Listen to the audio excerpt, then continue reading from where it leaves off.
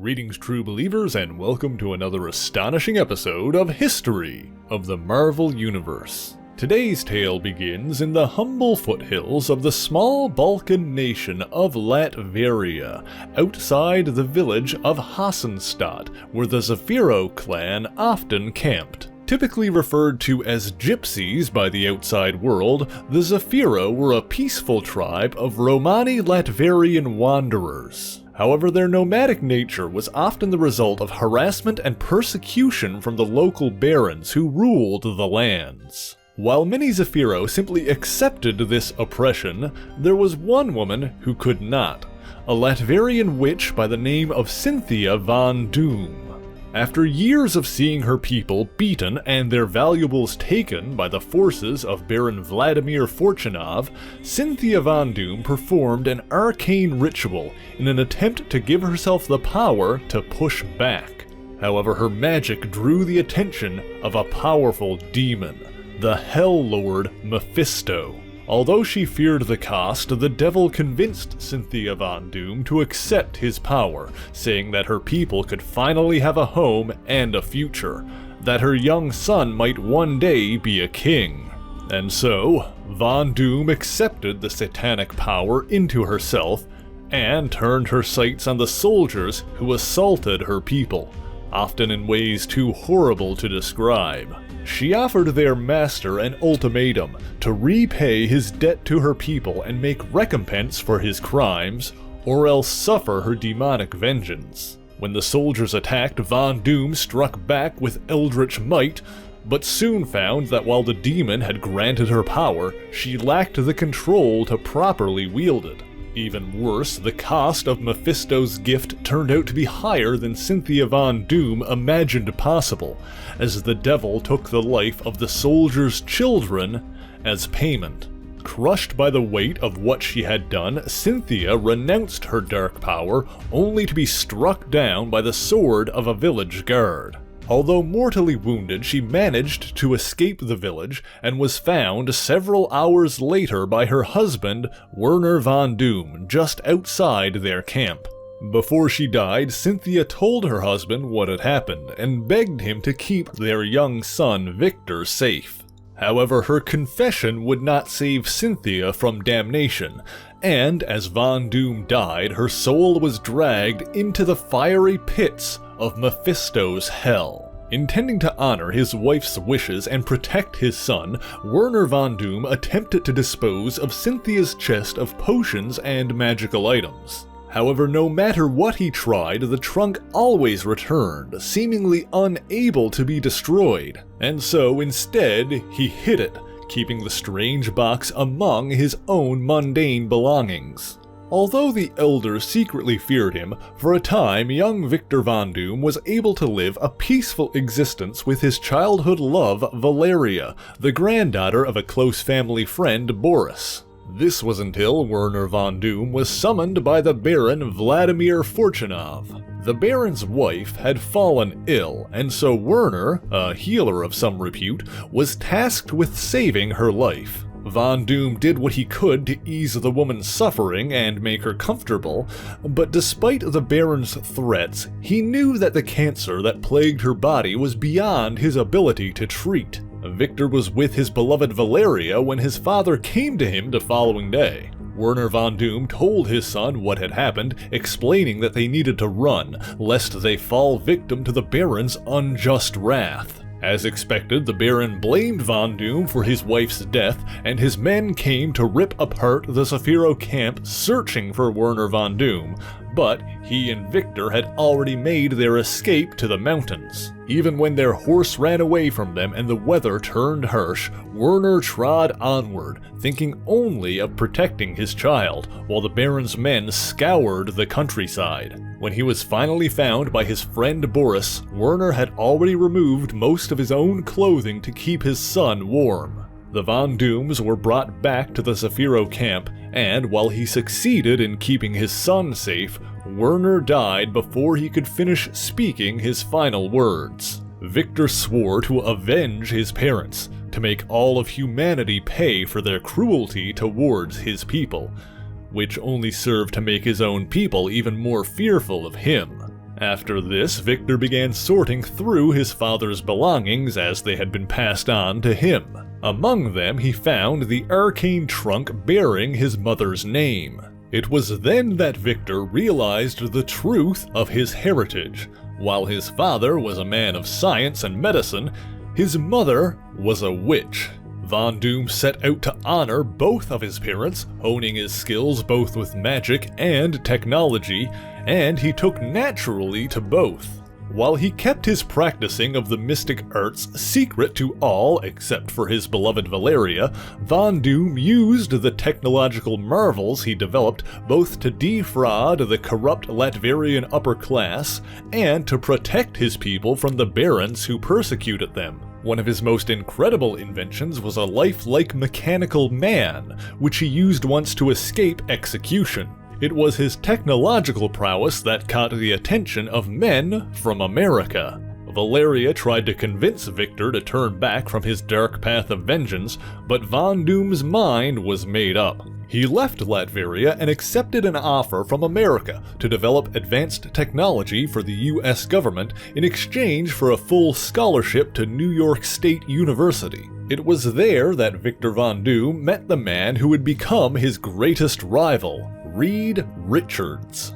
Impressed by his classmate, Richards offered Von Doom the chance to room with him, not knowing that Doom had already arranged for a private room with a personal lab. Victor spurned Reed's attempts at friendship, and Richards instead bunked with the man who would become his closest friend, Ben Grimm. During this time, Doom continued practicing the dark arts in secret, while also developing his robotic soldiers for the US government. Perhaps his most incredible breakthrough was the development of his time platform, a machine that could send people and objects backward through time. However, all his work in America, his compliance with the government, his attendance at State University, all was a means to an end, to gain the resources necessary to build his magnum opus, a fusion of magic and technology, a machine that would channel mystical energy, allowing him to reach into hell itself and free his mother's soul. Then one day, Reed Richards came to Victor's room, attempting again to build a bridge between them. Doom was out, but when Reed saw the notes sitting on his desk, curiosity got the better of him. The formula Richards saw were absurdly complex, some of which appeared to be in a language he didn't even understand. But as Von Doom returned, Richards suspected that he noticed a flaw in the calculations. However, Victor refused to listen, driving his classmate away. It was that very evening that Victor pressed on with his experiment, with the assistance of another student, Daniel Kurtz, who he had intimidated into aiding him. He sat in the chair, put his head in the machine, and threw the switch. And for a moment, it worked. For a moment, Victor saw the other side. He saw his mother, as well as the demon that tormented her. And for a moment, Victor Von Doom peered into a realm beyond death. And then, something failed. Victor's fatal error in his calculations proved to be his undoing, and the machine, unable to channel the mystical energies, erupted into a fiery explosion. He awakened a few days later in a military hospital, his face bandaged to cover his wounds. That same day, the dean of the university arrived to personally expel Von Doom for his dangerous experiments.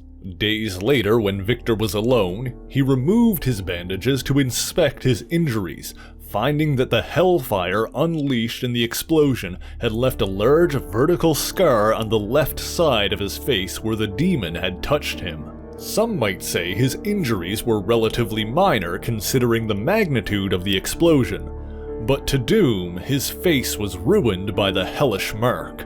Although the military still wanted him to continue working with them, Victor had other plans. He remotely activated his robotic soldiers, commanding them to destroy everything he had built before self-destructing themselves, keeping his technology out of American hands. He fled the country and returned to Europe, but the scar on his face throbbed and burned, and his nights were plagued by nightmares of the devil who held his mother's soul. He attempted to lose himself in Eastern Europe, appreciating the anonymity that his facial bandages afforded him. Most didn't pay him much mind, although a drunken neighbor named Otto did seem to take notice of him. Furthermore, Victor von Doom's infamy had already begun to spread, as agents of the Russian KGB attempted to coerce him into working for them. Naturally, Doom made it clear that his talents were not for sale, and that threats were not going to work on him. But the next change in his life came when he unexpectedly reunited with a figure from his past. His childhood love, Valeria, had come looking for him. As it turns out, since Victor's disappearance, the Baron had been attacking his family's caravan relentlessly, seeking to earn good standing with the American government by finding Von Doom. A Zafiro fortune teller came to Valeria claiming to have experienced a vision of Victor, and that he needed her. And for a brief time, Victor Von Doom knew love. Deeply and passionately. Victor and Valeria lived together in peaceful solitude, save for Otto, who Valeria took a liking to. However, this peace was not meant to last, as it turns out the Latverian woman had been manipulated in a sinister plot. The fortune teller who sent her did not get Victor's location from a vision.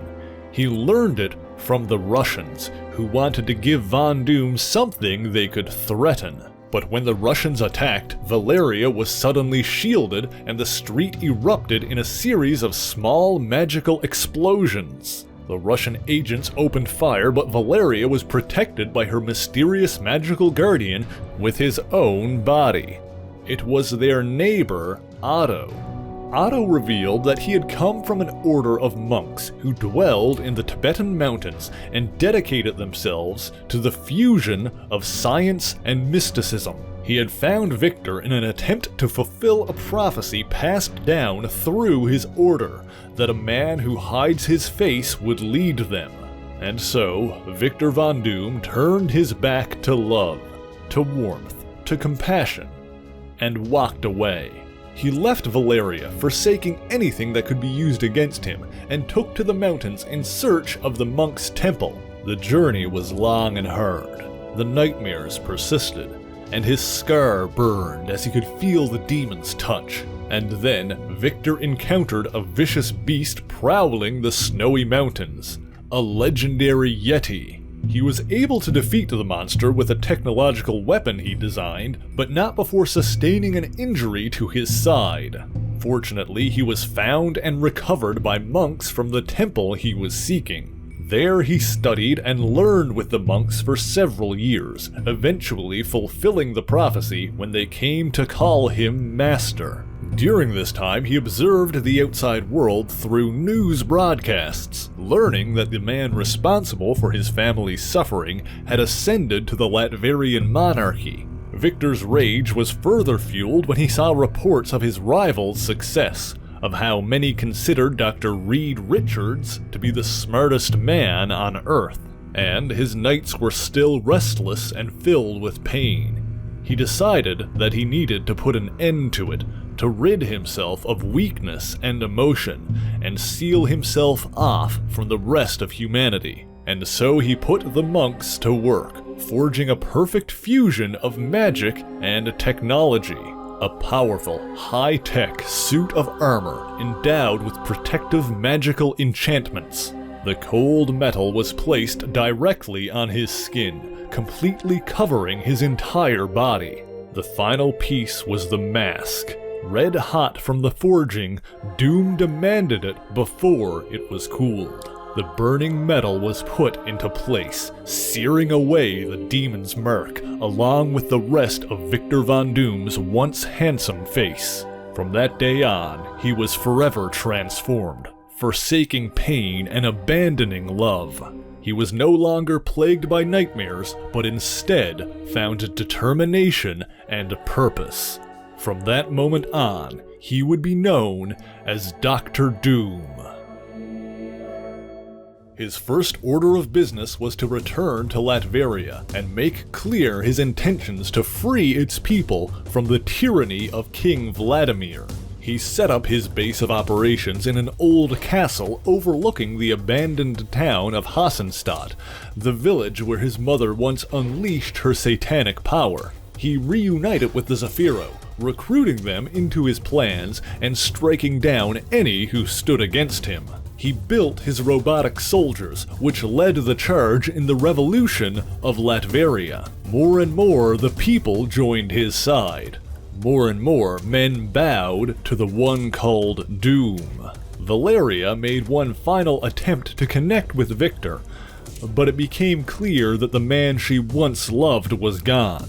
In his place stood a man of pure determination, who did what he was convinced needed to be done, and nothing would stand in his way. Although perhaps some semblance of humanity still existed in his heart, as Victor ensured that Valeria was ushered out of the country to safety, away from the fighting and violence. However, the longer his campaign continued, the less fighting there was, and soon nearly all of Latveria allied themselves to the forces of Dr. Doom.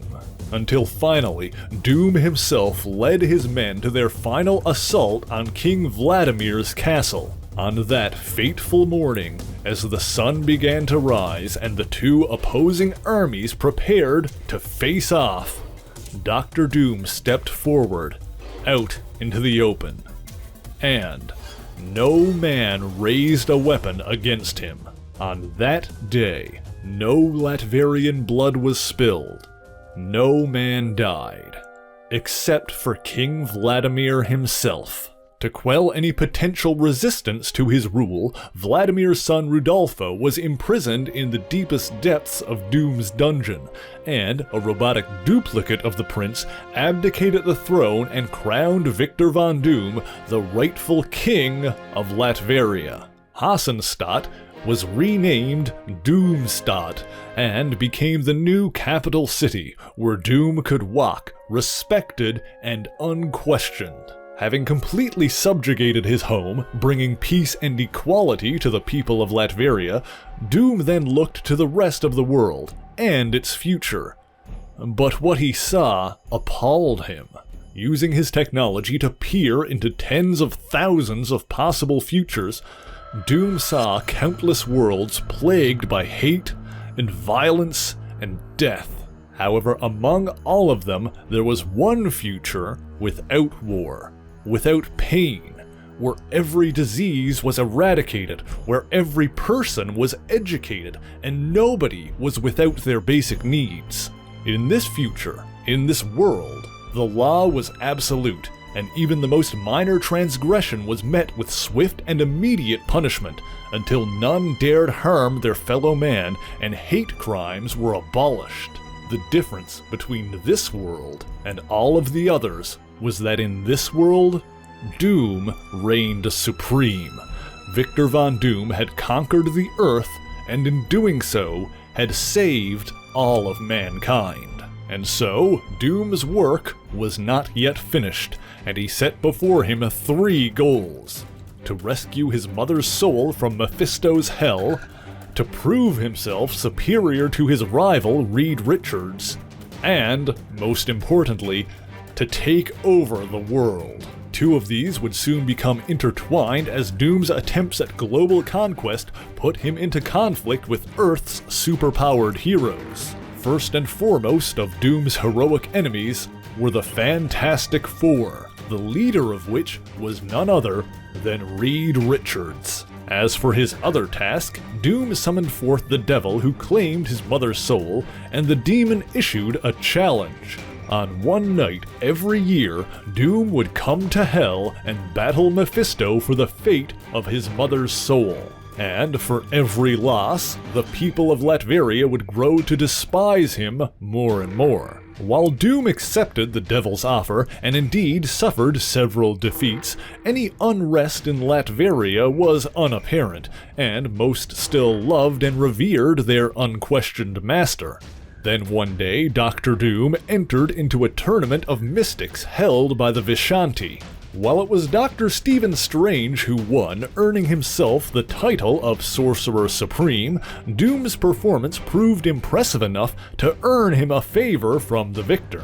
And so, on his next trip to Hell, Doom employed Dr. Strange's talents in the battle to free his mother. While the devil was perhaps more powerful than the two mystics combined, through magical assault and technological trickery, Dr. Doom and Dr. Strange were able to free the soul of Cynthia Von Doom, allowing her to pass on to a better afterlife, and escape with their own lives as well. With his personal affairs now in order, all that remained was conquest. He would claim whatever power was necessary, and strike down any who stood against him. Victor Von Doom vowed to save humanity from itself, whether they liked it or not. And that is the origin of Dr. Doom. Thank you so much for watching this video. If you enjoyed it, please leave a like, share the video, and subscribe for more marvelous content. Be sure to leave a comment letting me know what Marvel hero or villain you want to hear about next, and as always, the issues referenced in this video are listed in the description below if you would like to read them for yourself, as well as links to other places you can find me. So until next time, true believers, Excelsior!